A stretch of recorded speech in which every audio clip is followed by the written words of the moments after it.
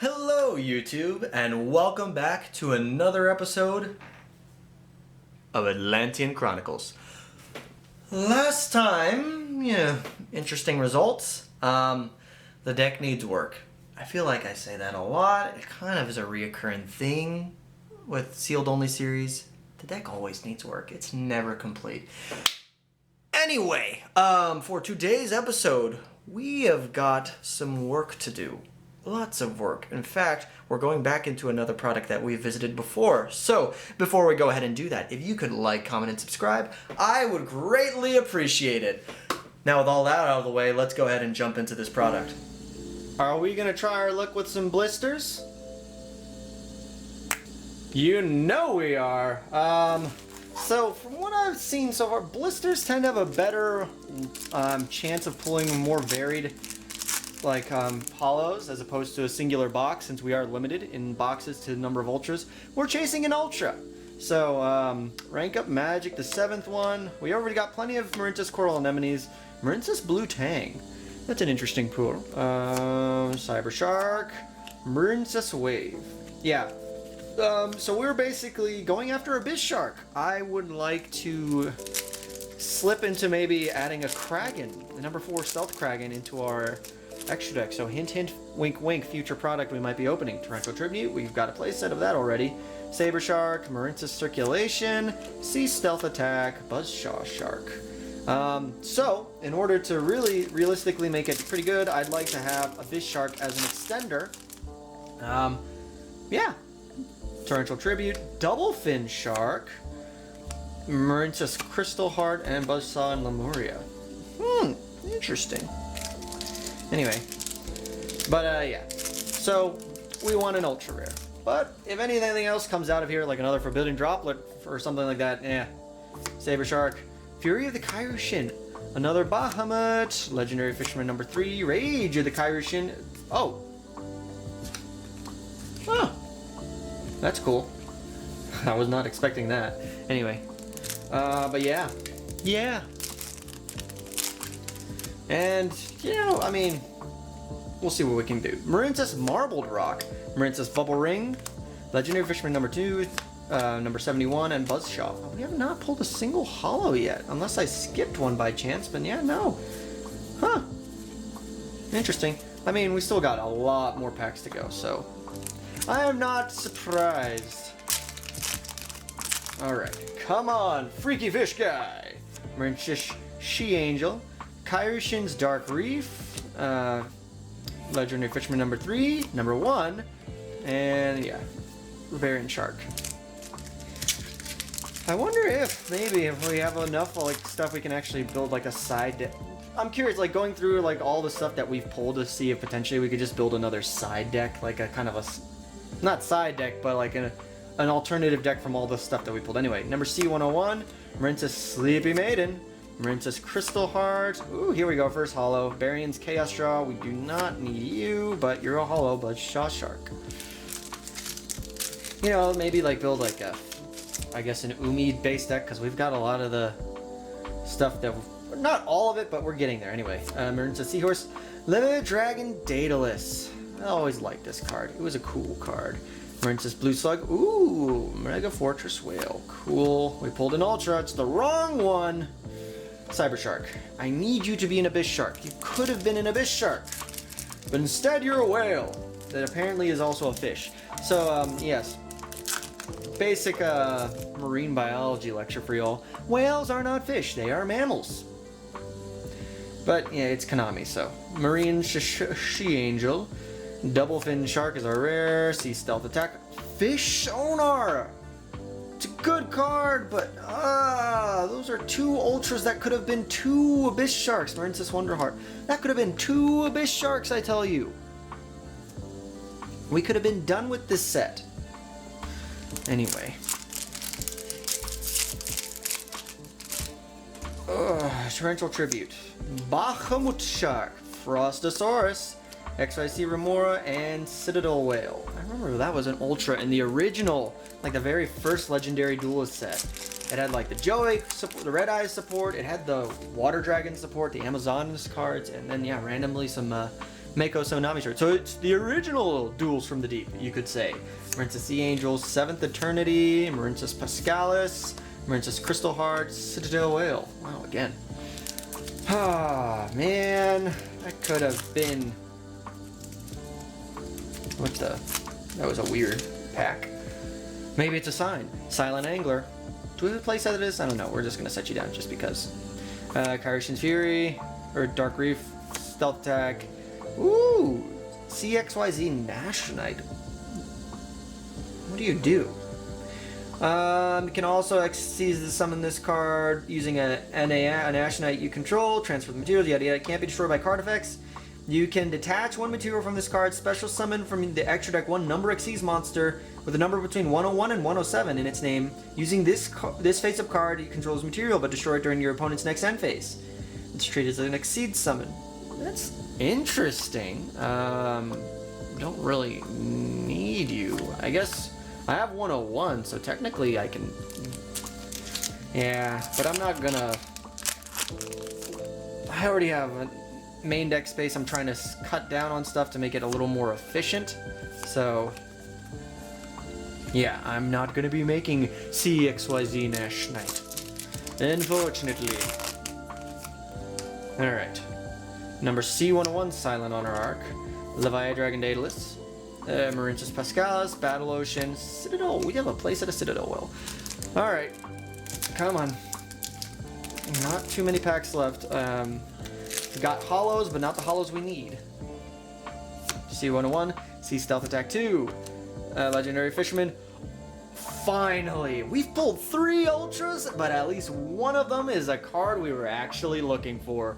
We pulled this beautiful card. So, Abyss Shark, level 5, fish monster effect. If this card is used for an exceed summon of a number monster, it can be treated as level 3 or 4. If all monsters you control are water, minimum 1, you can special summon this card from your hand, and if you do, add 1 level 3, 4, 5 fish monster from your deck to your hand, except Abyss Shark. For the rest of this turn, you can't special summon monsters except water monsters. Also, double the first battle damage inflicted to your opponent this turn by a number monster battling another monster. You can only use this effect once per turn. This is a good card. Even if we're not exceed summoning with it, it is still an extender. Oh, and it can search a Silent Angler. That is insane. That is insane. Alright. If only Abyss Dweller were a number monster. But that's why we were going after hint, hint, hint, hint, Stealth Kraken. Silent Angler. There we go. We definitely have a place at a Silent Angler. Marincess Sea an Angel, Coral Anemone, Blue Tang, Cyber Shark. We got the card we were looking for. Good. Will I go into more of this set to get more? We'll have to see. I do want to chase after other targets as well, but for now, I will take a singular Abyss Shark.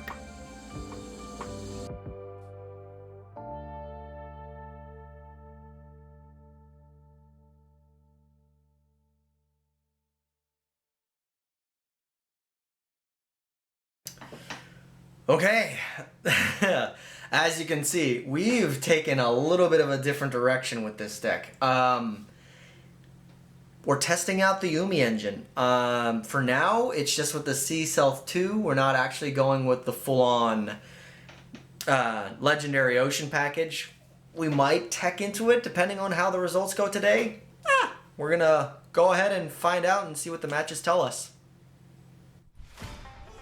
Alrighty, so for match number 1, we're going up against Sharks. So a water v water matchup. We're going first, luckily.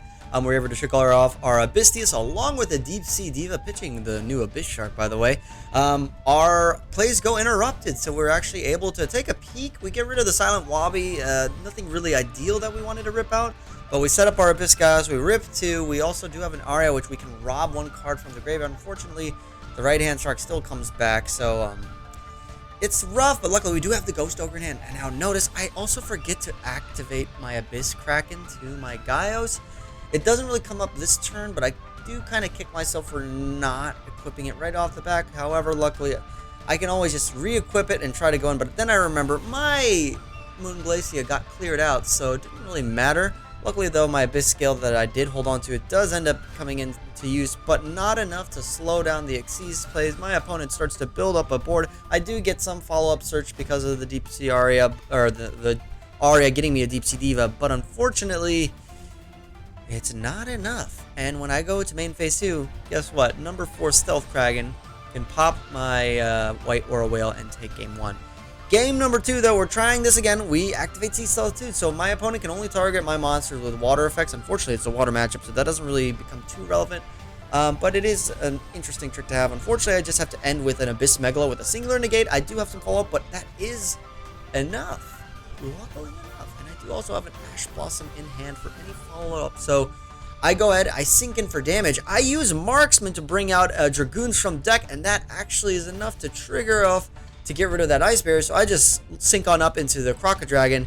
I have my Great Bear Bubble Reef, which gets me into hand trap access. I'm able to stop the place from going anywhere. My opponent scoops up. We go to game number 3. I'm going second. I don't see any going second cards, however, which is unfortunate. And going uninterrupted, my opponent is able to climb on up into the big ol' Utopic Drago, or the Draconic Future, the big Utopia guy, which is very tricky because not only is it a monster gate, it's a snatch steal.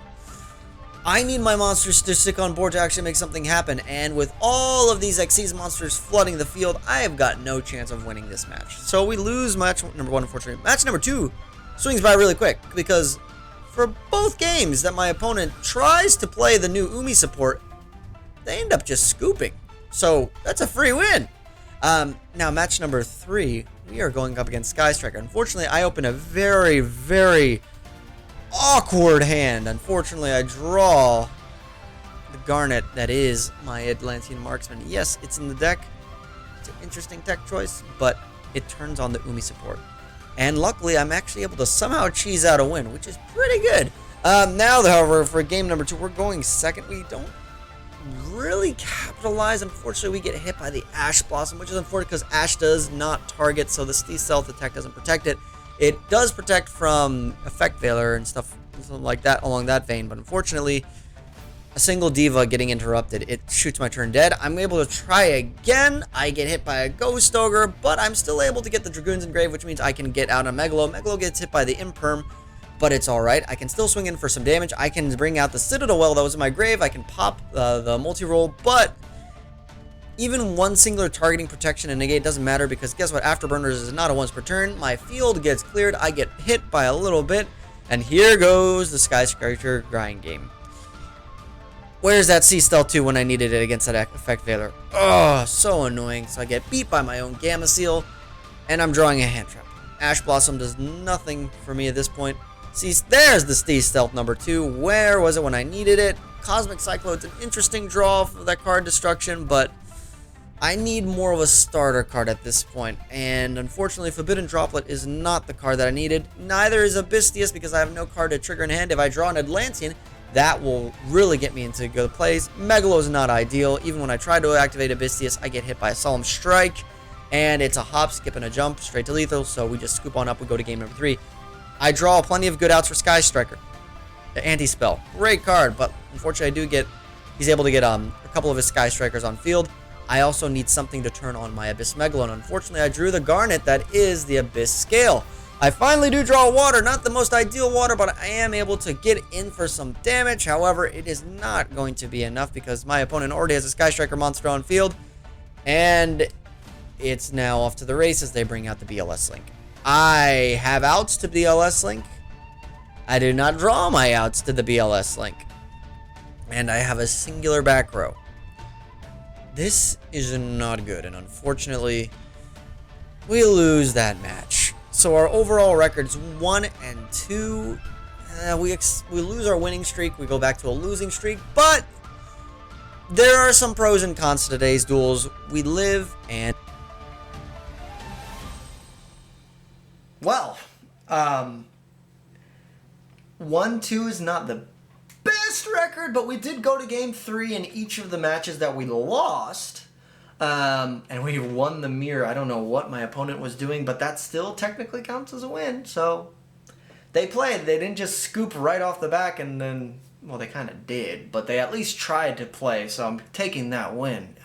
They come few and far between, so I'm taking that. I'm taking that. But regardless, I might have to tweak with this a little bit more, but I do like this idea of having the Umi package in there. It's interesting. Funnily enough, Citadel Well has synergy with the deck, which I wasn't really expecting.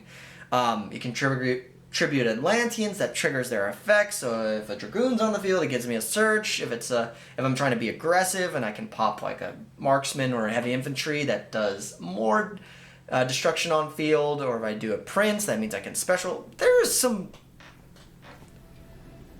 synergy.